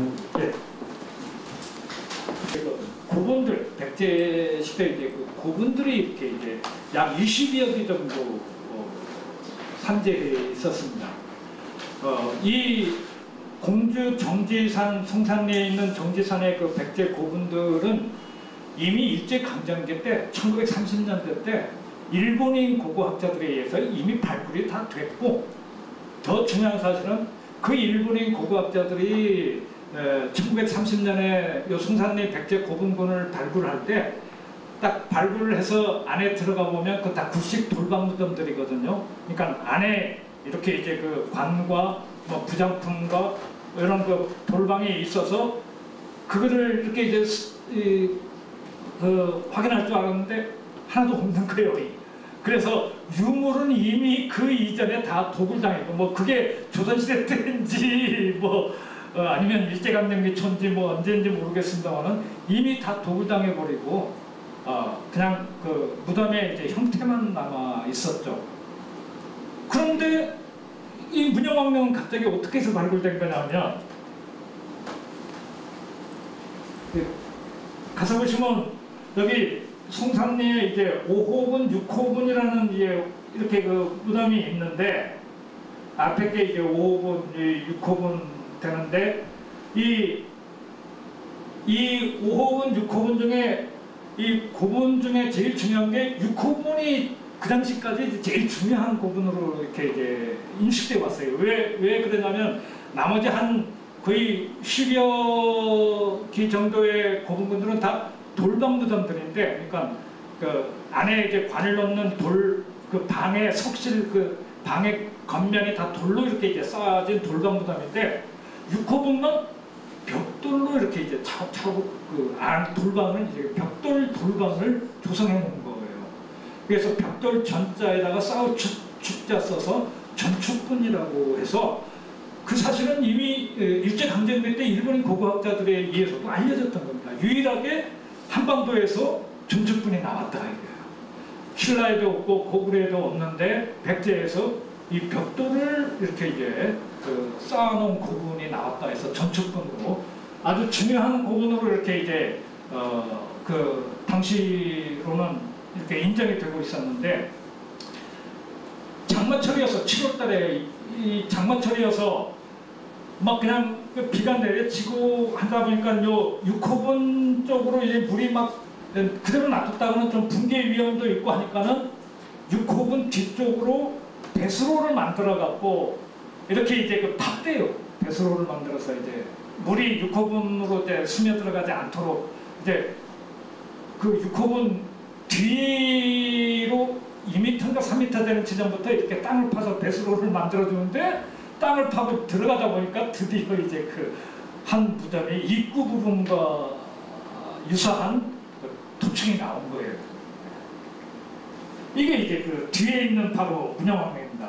이게 왜 일제 강점기 때 그 일본인 고고학자들이 왜 발굴을 안 했을까를 생각했을 때 통상 이제 오늘날 우리가 추정할 때는 아까 6호분과 5호분의 일종의 그 진산, 현무산이다. 배경이 되는 그냥 이제 그 우리 배산임수라고 이제 흔히 표현도 하고 하는데 요거는 무덤이 아니고 요 두 고분의 어떤 그 이렇게 이제 그 호위해주는 조그만 산이다. 고분이 아니다. 이렇게 생각을 해서 이제 그 발굴은 안 했나 봐요. 이게 참 다행이죠. 그때 발굴했었으면 일본인들이 그 일제강점기여서 다 흉을 아마 일본으로 유출해 갔을 뻔 하기도 했는데 진짜 다행인데 이게 이제 발굴된 겁니다. 이거는 더 위쪽으로 올라가면 이제 쭉 이렇게 이제 고분분들이 있는데 다 돌방무덤들이고요. 이게 이제 아까 말씀드린 배수로를 위쪽으로 이제 파다가 이렇게 파 내려가다 보니까 이렇게 벽돌들이 좀 나온 거예요. 위에서. 그래서 이 벽돌들이 조금 쌓아진 형태로 나오기 시작하니까 그 다음서부터 이제 조금씩 더 파니까는 이렇게 쌓여진 부분들이 이제 드러나는 거죠. 그러니까는 이제 공사 중단 그리고 문화재관리국이 이제 보고 그러면서 이제 막 부랴부랴 문화재관리국 지금 문화재청이죠. 내려오고 국립중앙박물관에서 내려오고 해서 이제 발굴단이 이제 꾸려진 겁니다. 그때 발굴단의 단장이 당시 국립중앙박물관장 했던 지금은 돌아가셨습니다만 이제 김월령 교수였어요. 김월령 교수가 그 우리 불교사라든가 불교 미술과 관련해서 그분의 호도 삼불이죠. 이분이 이제 발굴 단장이고 그리고 이제 당시 공주박물관 관장이었던 김영배 씨가 발굴단에 들어갔고 뭐 이 얘기까지 하면 좀 뭐합니다만은 제가 성대에서 공부할 때 이제 그 손병헌 교수라고 계신데 미국 그 하버드대에서 이제 그 고고학 뭐 박사학위까지 받고 이제 막 우리나라로 들어왔을 때 곧바로 이제 그 국립정원박물관 이제 학예사로 이렇게 이제 들어오셨던 이분도 이제 내려오시고 뭐 지건길 선생님 또는 조유전 선생님 이런 분들이 이제 제일 그 젊은 이제 청년 학도들로 그 발굴단에 투입돼서 이제 발굴 들어가기 시작한 겁니다. 그래서 부랴부랴 이제 해내서 이렇게 이제 파내고 보니까는 무덤에 입구고 막 비 오고 하는 상황이니까 제대로 이렇게 이제 그 차리지도 못하고 위량제라도 올리고 이렇게 이제 그 발굴 들어가려고 했는데 막 비 오고 해서 발굴을 빨리 해야 된다 해서 부랴부랴 여기 북어 3마리하고 여기 수박 한 통하고 옆에 막걸리 놓고 이 지금 위령제 지내는 겁니다. 이제 발굴 들어가기 전에 이 윗부분부터 이렇게 이게 드러내기 시작하는 거예요. 이 윗부분부터 드러내기 시작하니까 한 1500년 동안이나 그 일체 외부가 차단됐던 그 안에 습한 차가운 공기가 밖에 따가운 공기가 이렇게 이제 교차되면서 안에서 무슨 흰 수증기 같은 것이 이제 밖으로 나와서 일종의 결로 현상도 나오고 하는 건데, 그걸 놓고 뭐 당시 이제 그 공주 시민들이나 문양왕의 혼이 나오셨다 뭐 해가면서 이렇게 이제 상당히 이제 그 관심을 갖고 막 서울에서 이제 드디어 이제 그 기자들 데려오고 막 하던 때입니다. 위에서부터 이제 좀 하나씩 이렇게 이제 폐쇄됐던 부분을, 입구 부분을 지금 열어주는 장면이에요.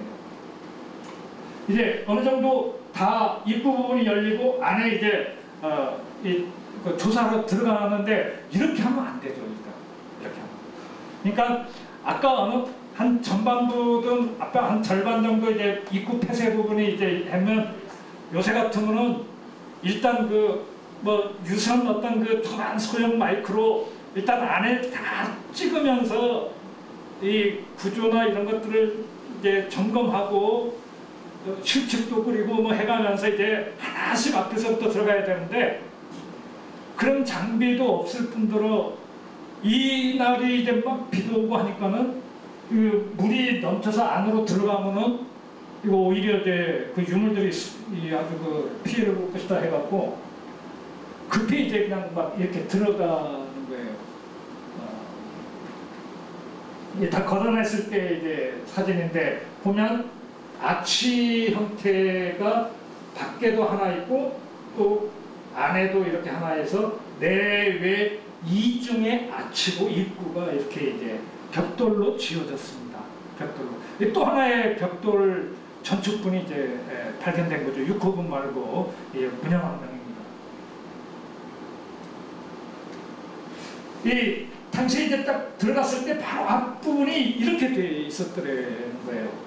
이게 뭐냐면 나무 뿌리들이 그냥 막 나무 뿌리들이 천장에도 막 내려오고 있었고 밑에도 이제 막 그냥 있었고 해서 이 처음 들어가서 이제 실측도 그리기 위한 그 학예사들이 들어갔을 때 이 도저히 이제 그 분간이 막 안 됐었다고 이렇게 그렇게 이제 알려져 있어요. 이 6 손잡이가 있는 청자 항아리입니다. 그래서 청자 6이 6 귀자하고 호는 항아리 호자에서 이제 청자 6의 호가 있고, 요게 뭐냐면 그 유명한 이제 문양왕은 그 문양왕 지석이라는 지석. 이 무덤의 주인공이 누군지를 알 수 있는 묘지명 그 지석 돌 2개가 딱 있고, 그 위에 이 동전꾸러미가 있는데, 요거는 이제 중국 남조 양나라 때 이제 발행된 오수정 90여 개 정도가 꾸러미 형태로 있고, 뒤에 이제 이 무덤을 지키는 이제 그 일종의 진묘수 이렇게 이제 딱 있고 해서, 여기가 어디냐면은 연도 부분입니다. 그러니까는 입구에서 저기 관이 놓여진 방을 현실이라고 하면 입구에서 현실까지 가는 그 일종의 그 복도 터널을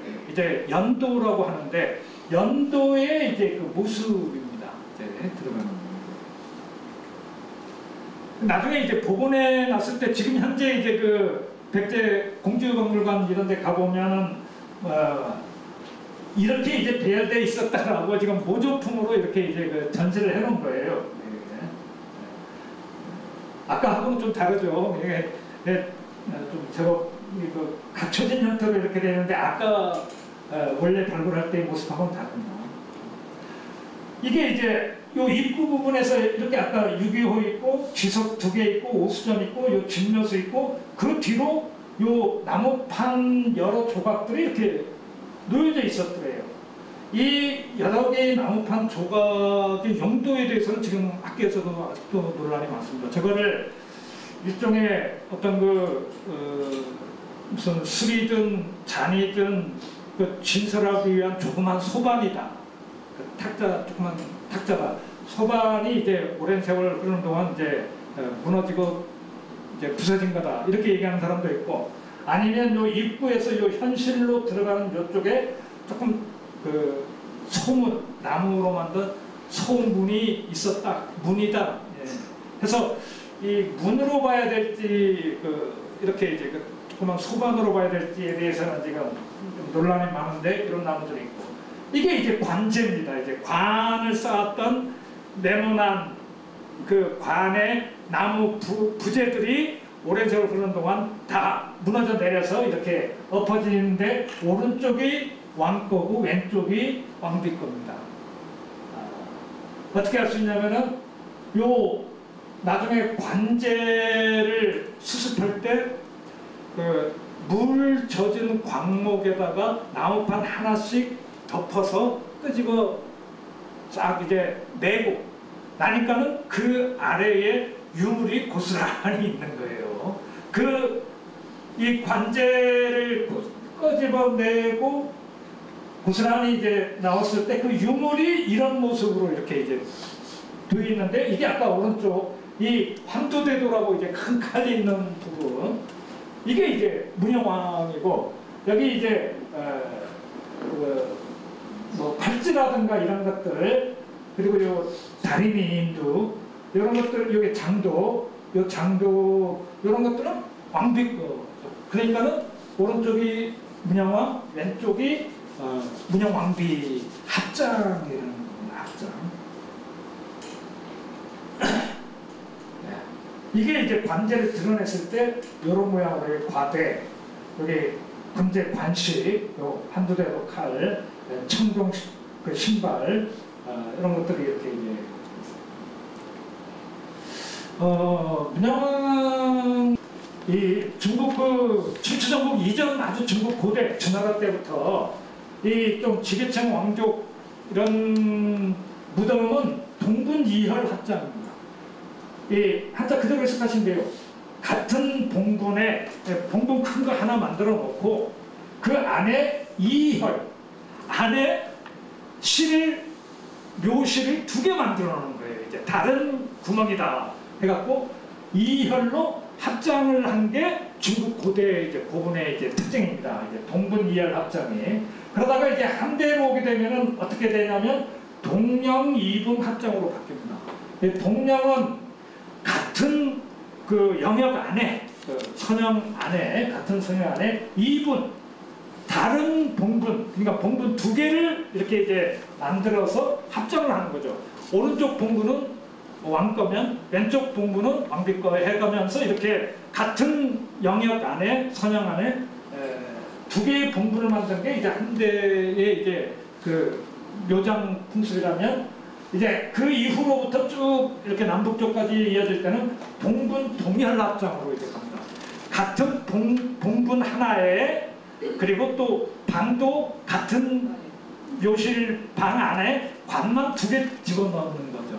네, 이게 이제 봉분 동혈 합장이어서 한대이고, 우리 지금 문영왕릉이 바로 지금 같은 봉분에 같은 묘실에 관 두 개가 들어가서, 근데 이제 따로따로 죽었으니까는 어떻게 되냐면은 문영왕이 먼저 죽고, 그래서 무덤을 폐쇄한 뒤에 왕비가 살아있다가 이제 왕비가 죽으니까 다시 문영왕의 그 입구 부분을 다시 파내서 왕비관을 다시 들여놓고 최종적으로 이제 닫은 겁니다. 무슨 말씀인지 아시겠죠? 그래서 이제 문영왕릉이 이제 그 과정에 저 지석에 다 나와요. 지석에. 그래서 이렇게 문영왕은 지금 동분 동혈 합장으로 조성된 무덤이구나 라는 사실과 그 베개하고 족자, 발받침대가 나오는 걸로 봐서 베개, 나무로 된 그 베개 부분이 두 층이 다 문 쪽을 향해 있어요. 왕 것도 그렇고 왕비 것도 그렇고. 근데 문도 남향이고, 그러면 머리도 이제 남향으로 이렇게 놓은 거예요. 그러면 발은 이제 북쪽으로 갔겠죠. 그래서 이제 두남북 조북, 머리는 남쪽, 발은 이제 북쪽인데 머리 방향하고 문의 방향이 일치되는데, 이게 원래 우리 쪽은 고구려나 이런 데 보면 두양하고 문양은 반대로, 그냥 문양이 남양이면 문양 쪽으로는 발이 놓여지고 머리는 북쪽으로 이렇게 이제 놓는 게 일반적인데, 지금 문영왕릉은 그게 아니라 이제 반대로 돼 있고, 그거는 중국 남조의 이제 묘장이 이제, 그래서 이런 것들 때문에 이제 백제와 중국 남조와의 교류가 이제 있었다. 물론 그 전축분이라는 그 조선도 남조 그 전축분이 많거든요. 그래서 이제 남조의 영향을 받았다라고 얘기를 하는데 이런 것도 보면은 이제 준양과 문양이 일치해서 중국 남조의 영향을 받았다 이런 말씀을 좀 하고 나무 여자 이제 두양으로 봤을 때 머리가 놓여진 방향을 기준으로 봤을 때 오른쪽에 남자 왼쪽에 여자여서 나무 여자의 이제 요 배치를 갖더라 하는데 이거는 중국이나 신라 쪽도 거의 그렇습니다. 머리 방향을 놓고 봤을 때 남자는 항상 머리가 놓여진 방향에서 오른쪽으로 남자, 왼쪽으로 여자 놓는다. 관도 그렇게 넣었다 해서 나무 여자는 중국이나 신라도 이제 다 그런 형태로 돼 있어서 문양왕릉의 상장력 관련된 이야기를 이 정도 좀 상식으로 좀 아시고 그리고 중요한 건 나중에 그 지석에도 나와 있습니다만은 27개월의 이제 빈장을 거쳤다는 거죠. 이제 흔히 유교에서 말하는 이제 3년상을 얘기하는 겁니다. 3년상이라는 게 만 3년을 얘기하는 게 아니죠. 만 2년에다가 소상 대상 지내서 3개월 있다가 이제 상을 끝내는 것을 이제 3년상이라고 하니까 총 기간을 따지면 27개월이라는 겁니다. 우리가 소위 얘기하는 3년상이라는 게 27개월을 얘기하는 건데 이 문영왕도 지석에 보면 언제 죽었는데 다른 데 감회장 했다가 무덤이 조성되니까 드디어 27개월 만에 이 무덤에 모셨다. 이렇게 기록이 나와 있어요. 딱 27개월 만에.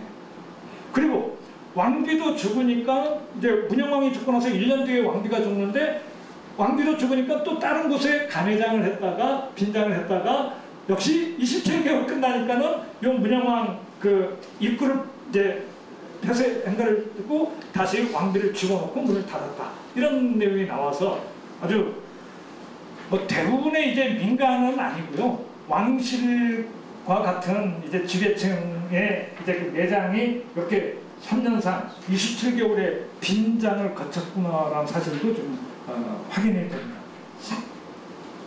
그리고 이 전축분의 특징을 좀 보실 때 이 평지가 아닌 이제 구름지대의 분분이 조성됐다라는 사실이 조금 특징적입니다. 왜냐하면 당시 고구려 백제 신라 삼국시대 때 신라나 고구려는 보면 다 평지에 이제 그 능이 조성되거든요.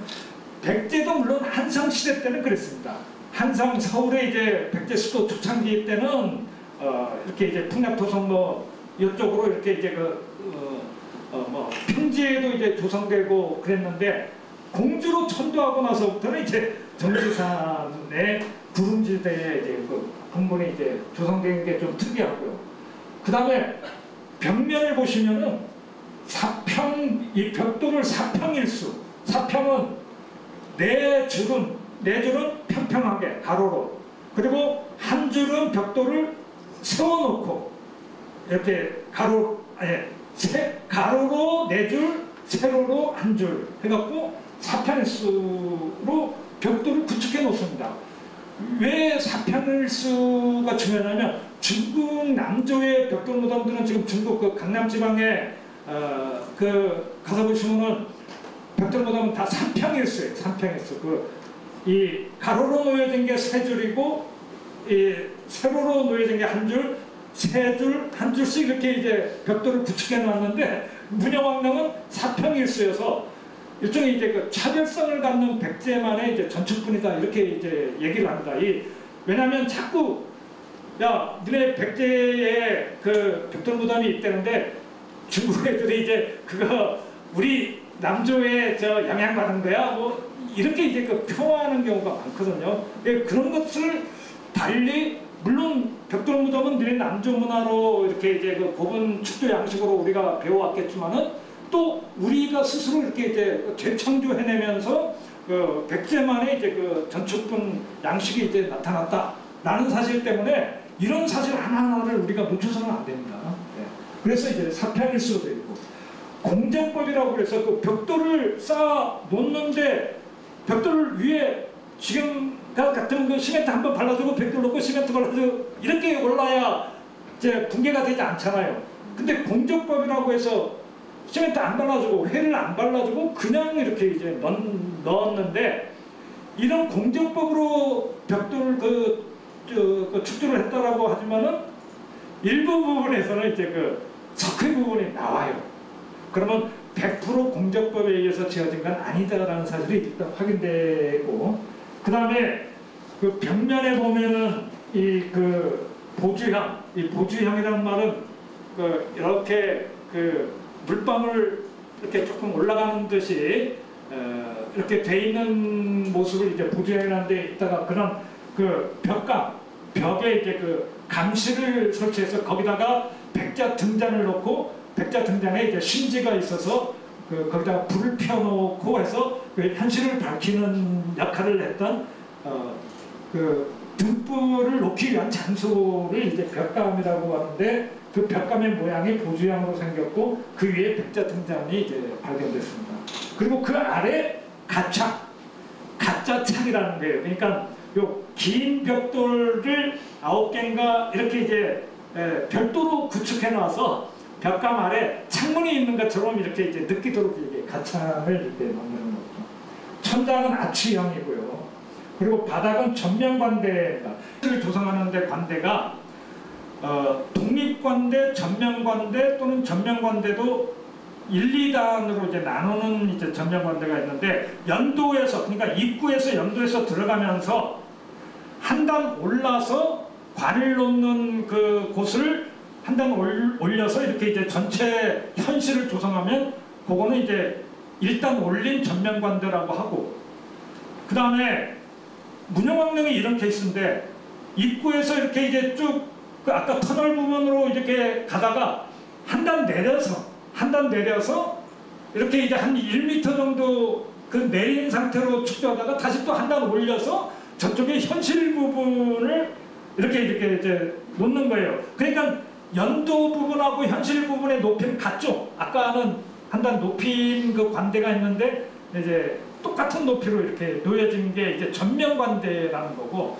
독립관대는 쭉 가다가 이제 저기 그 현실에 관 놓는 부분만 한 단 이렇게 이제 높이 놔서 그 위에 관을 놓는 거예요. 그거는 이제 독립관대라고 그러는데 그거는 남조나 우리나라나 이렇게 이제 조금 다릅니다. 근데 우리 문형왕릉은 조금 전면관대입니다.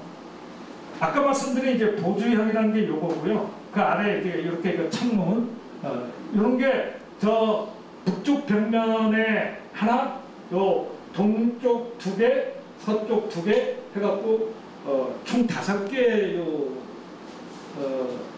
벽감과 가창이 축조되어 있고요. 여기 아까 말씀드린 대로 요거 4줄이 가로로 뉘어져 있고 그 다음에 요 한 줄이 이렇게 세로로 세워져 있죠. 그리고 다시 또 4줄 한 줄 해갖고 이게 이제 4평일수로 이렇게 이제 축조했다는 거고요. 다만 벽체까지는 4평일수인데 천정 부분으로 가면 다시 3평일수로 바뀝니다. 천정 부분으로 가면 3줄, 하나, 3줄, 또 3줄, 하나, 3줄. 그리고 제일 천정 부분은 오히려 이게 4줄이 아니라 5줄인데 아마 지금 이렇게 이제 되어 있네요. 이따가 이제 조금 더 자세한 내용이 나옵니다. 네. 여기 보시면 이거 5줄로 이렇게 되어 있습니다. 천장 부분이고 이 벽돌의 겉면이 이게 다 뭐냐면은 연화문들이에요. 연화문을 심은 벽돌. 그러니까는 무덤 안이 우리가 그냥 단순한 벽돌로 이루어진 게 아니라 연화꽃 천재라는 얘기예요. 이 벽돌에 연화문이 심은데 이제 벽돌 해서 불교에서 얘기하는 어떤 이 연화의 세계로 이렇게 들어간 거라고 의미하는 것. 이게 그렇습니다. 아까 여기가 입구 부분이면 입구에서 여기까지 현실까지 들어오기까지 이 부분을 연도라고 하고 이 부분 내려오다가 한 단 내려가서 다시 한 1, 2m 정도 오다가 다시 여기서 한 단 올라와서 이렇게 이제 축조됐거든요. 요것을 이제 전면관대라고 그러고 연도와 현실, 묘실의 높이가 같은 관대에서 전면관대라고. 요겁니다. 요거하고 여기 같은 높이예요. 바닥에는 연화문이 아닙니다. 그냥 무문점, 문양이 없는 벽돌이다 해서 이제 바닥점만 무문점이라고 이렇게 이거예요.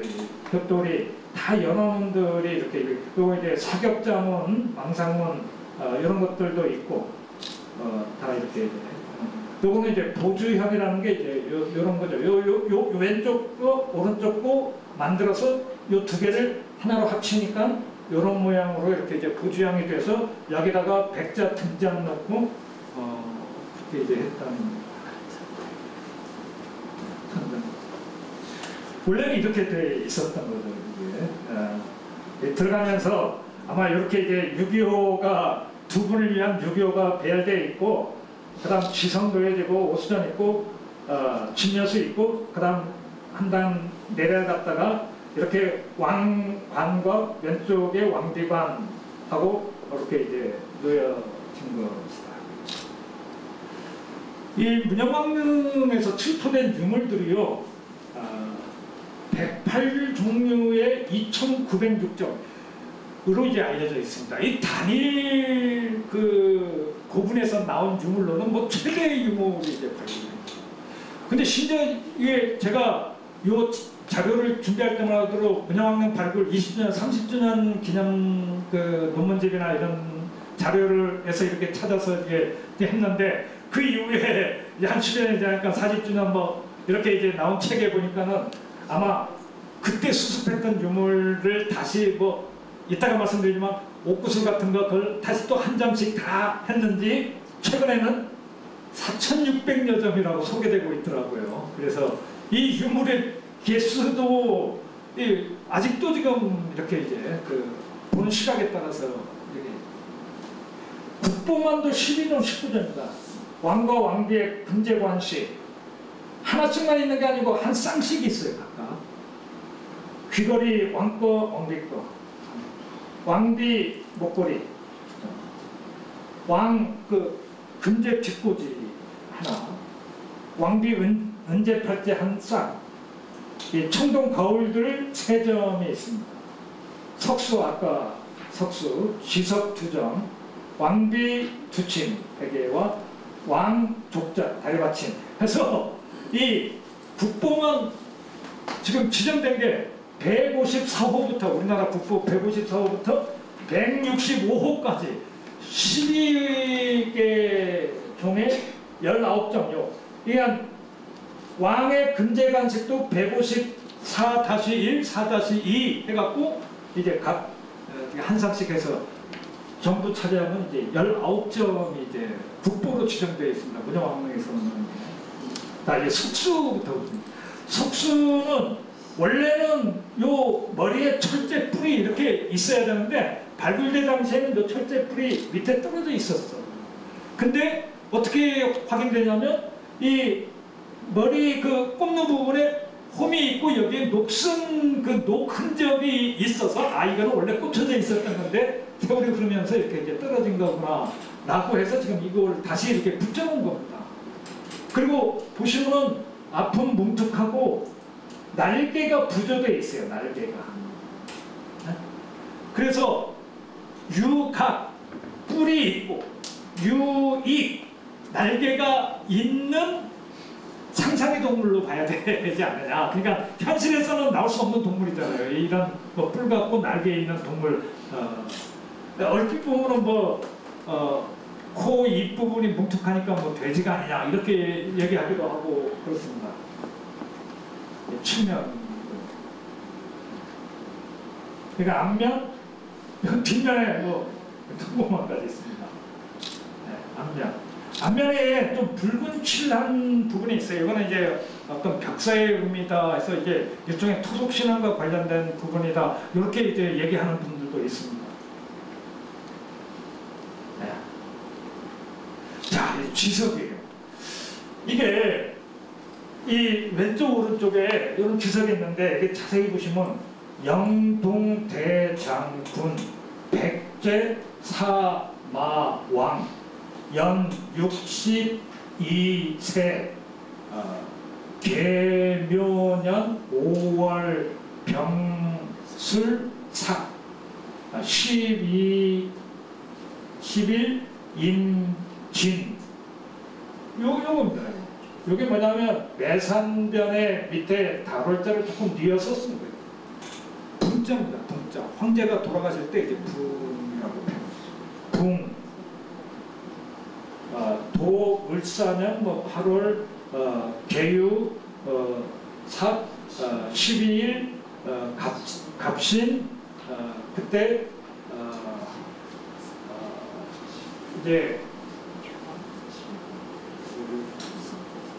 안, 그러니까 편안한 안자, 안착, 안조, 등관, 대묘, 입지, 여좌. 자, 이게 왕의 지석입니다. 그리고 이 왕의 지석이고 영동대장군에게 쭉 나오고 요 뒤에 옆에 있었던 뭐냐면은 왕의 매직권입니다. 왕의 매직권. 이 돈 1만 원으로 토지신한테 이 무덤터를 산다는 내용이 이제 쓰여져 있는 지석이. 그래서 원래는 요 지석 두 개, 즉 왕의 지석과 왕의 매직권이죠. 요게 이제 딱 원래는 있었던 거예요. 그런데 이제 아까도 말씀드렸듯이 왕이 죽고 이제 다 문 닫았는데 왕비가 죽었다고 그랬잖아요. 1년 있다가 다시 드러났죠. 드러날 때 어디 거? 요 뒤에 거. 즉 왕의 매직권 뒷면에 이 돌 뒷면에 왕비가 언제 돌아가시고 언제 이 무덤에 합장했다라는 걸 이 매직권 뒤에다가 써놨어요. 그래서 요게 아니 왕의 지석 하나, 왕비 지석 하나, 또 왕의 매직권에서 뭐 3개가 있어야 될 게 아니야 이렇게 막 얘기하시는 것도 있고 한데 하나는 요 오로지 요것만 있고 앞면만 있고 왕의 지석 하나만 있고 그리고 처음에는 요 왕의 매직권이 딱 2장이 있었던 건데 왕비가 돌아가시니까 왕의 매직권 뒷면에다가 이제 왕비 그 지석을 이제 써놓은 겁니다. 어떻게 할 수 있냐면 이게 왕의 매직권이거든요. 이제 전 일만문 뭐 우일권 해갖고 이제 을산 뭐 쭉 나옵니다. 근데 요 뒷면에 요거 뒷면에 이렇게 요거는 이제 왕비가 이제 언제 죽었다라고 되어 있는데 이 겉이 이렇게 아까 왕거보다 매끈하지 못한 이유는 바닥에 계속 뉘어져 있었기 때문에 이제 요 겉이 이렇게 이제 우둘투둘하면서 잘 안 보이는 거예요. 구멍은 뭐예요? 예? 네, 오른쪽에 이제 쭉 이렇게 나옵니다. 이걸 해석해 드릴게요, 다시.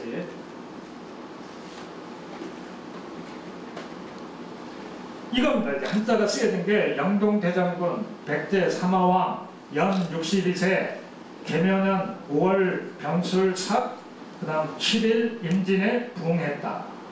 도 을사년 8월 계유는 사기고 12일은 갑신인데 안착, 안조고 등관, 대묘, 입지하자 해갖고 영동대장군 백제 사마왕이 나이 62세 때 계묘년인데 523년 5월달 병술은 초하루고 7일째 되는 임진일에 돌아가셨다. 이 초하루를 밝혀줘야 7일째가 임진일이라는 게 이제 나오니까 이 붕자가 아까도 말씀드렸듯이 이제 황제가 돌아갈 때 이제 붕이라고 그러고 통상 제후 황제의 명을 받들어서 주변 변방을 다스리는 제후 또는 우리와 같은 이제 왕은 흉이라고 표현합니다. 그래서 참 이게 웃긴 게요. 이거를 좀 기억하셔야 될 게 분명히 그 당시 백제는 자기네 왕을 황제나 다름없이 붕 이렇게 돌아가셨다 썼어요. 근데 그 당시 백제 때는 저렇게 썼는데 그로부터 그냥 몇백 년이 지난 고려시대 때 가서 이제 예전 고구려 백제 신라 삼국시대 때 역사를 좀 쓰겠노라 해갖고 김부식이 고려 중엽 김부식이 삼국사기라는 책을 썼어요. 그 삼국사기라는 책에 쓸 때 김부식은 좀 유학자로서 백제왕은 중국 황제의 명을 받던 이제 제후격이다 해서 문영왕이 돌아간 표현을 삼국사기에는 뭐라고 썼냐면 흉이라고 했습니다. 흉. 이게 삼국사기에 있는 내용이거든요. 김부식 삼국사기에 보면 백제왕기 문영왕의 여기 이름 삼아 이것 때문에 이제 이게 백제 25대 문영왕의 무덤이다라는 사실을 아까 확인하게 된 거예요. 아까 백제 사마왕이라고 있었죠. 그리고 또 영동대장군으로 아까 그 저기 구칭받았다라고 돼 있고 양무제가 왕이 돌아가시니 했을 때 삼국사기에는 요 후음으로 돼 있습니다. 시호를 무량이라 했다 해서 이 오히려 고려시대 이후서부터 당대 백제 사람들의 어떤 그 역사 인식, 우리는 이제 중국과 맞대는 어떤 그 황제급으로 이렇게 이제 인식하는 것하고는 달리 역사 문헌 기록에는 훈이라고 표현해서 한 단계 이제 그 격화된 호칭을 쓴 게 삼국사기입니다. 삼국사기. 네, 이런 것들은 우리가 유물하고 문헌하고 우리가 아주 철저하게 분석을 해야 되는 거예요. 예. 그래서 삼국사기를 액면 그대로 우리가 믿어서는 안 되겠구나 라는 사실이 이 유물을 통해서 이제 확인되는 시점이죠. 지금. 요거는 이제 아까 말씀드린 왕의 매직권과 그 뒷면에 있는 왕비 그 지석입니다. 이 매직권이에요. 전 인물란문 1권에서 일만문에서 영동대장군 백제 사마왕은 상기 금액으로 토왕, 토백, 토부모 그리고 천상지하의 고위관리에게 보고하고 신지의 토지를 사서 무덤을 쓴다. 요 대목 매직권이라는 겁니다. 진술을 밝혀 작성해서 밝히니 율량에 따르지 않겠는가 해서 여기 이천석이란 말 나오는데 요거는 쌀 이천석이다 이렇게 해석하시면 안 되고 아마 찾아보시면 아시겠지만 요 이천석이라는 표현은 그 중국 한대부터 어떤 지방장관인 태수의 녹봉이 이천석이기 때문에 이 관부, 통상 관부를 뜻하는 표현입니다. 이 이천석이라는 게. 그래서 뭣도 모르는 사람이 번역할 때 저거는 그냥 뭐 상하 중관에게 이천석을 받죠. 이렇게 번역하시는 분도 있는데 이거는 진짜 이제 좀 잘 모르시는 분들이 번역하는 거죠. 그리고 이 뒷면에 이렇게 아까 왕비 지석이 있고 왕비 뒷면에 쓰여진 왕비는 병원년 11월에 백제국 왕태리가 수종 목숨이 이제 다하셨다. 거산 제 유지란 땅에서 이렇게 이제 서쪽 이제 빈장을 마련했다가 기유년 2월 개미는 사기고 12일 가구에 개장 다시 이제 장례 치렀다. 이 대묘 즉 문영왕 대묘로 돌아와서 개장 다시 이제 장례 치렀다. 그 내용이 다음과 같다. 해갖고 여기 지금 돌아가신 건 526년, 이 529년 해갖고 이제 3년상 27개월이 이제 딱 이루어지거든요. 자, 오수전입니다. 오수전. 오늘 요 연도 것까지만 하고 다음 시간 내에 이제 현실 거 좀 하고 하면서 이 오수전이 90여 매 정도가 이렇게 쓰여져 있는데요. 이렇게 처음 나올 때 이런 모습. 꾸러미 최고. 90여 개고 오수전이라는 글자가 새겨진 돈입니다. 그래서 이 오수전이라는 돈이 도대체 어느 나라 어떤 돈이냐 보니까는 중국에서 오수전이 이렇게 제일 처음 만들어진 게 한무제 때 기원전 108년에 구리돈으로 동전으로 만들어집니다. 처음 구리돈으로 제작됐다가 한 100여 년이 지난 뒤 서기 이제 30년 후한 광무제 때는 이전에 오수전, 동전, 구리돈은 다 폐기시키고 철전, 쇠로 만든 이제 그 철전을 제작하기 시작해요. 그러다가 남북조 시대 남조 양나라 무제 때에 가서 523년에 철제 오수전을 다시 또 제작 사용하기 시작합니다. 그래서 지금 이 문영왕릉의 이제 아까 90매 그 오수전은 바로 이 남조 양나라 때 이제 만들어진 오수전, 요게 이제 지금 딱 온 거죠. 토지신앙 때 이제 돈 줬다라는 뜻입니다. 이제 오수전.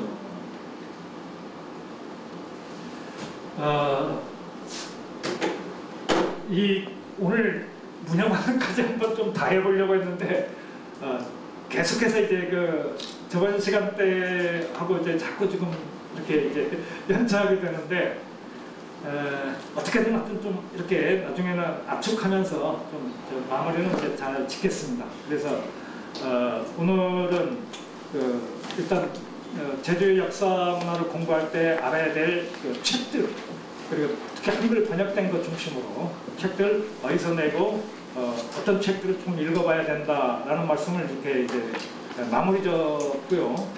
이제 역사 일반 부분으로 이렇게 이제 그 백제 문양왕릉이라는 곳에 이제 그 발굴 과정 또는 유물, 또는 나중에 이제 다시 정리를 하겠습니다만은 이런 것도 한번 좀 보면서 우리가 이제 고분과 발굴과 나오는 유물과 이런 것들을 통해서 어떻게 당시 어떤 그 역사와 상황을 우리가 이해를 해야 될지 이런 부분을 일단 이제 공부를 하면 다음에 이제 그런 시각을 갖춰서 우리 제주 역사 유적과 이런 부분을 이제 다시 또 공부를 하면서 다음 시간에는 이 문양왕릉 부분을 끝내고 아까 말씀드린 이제 우리 그 제주 역사 유적에 대한 이제 해설을 해드리도록 하겠습니다.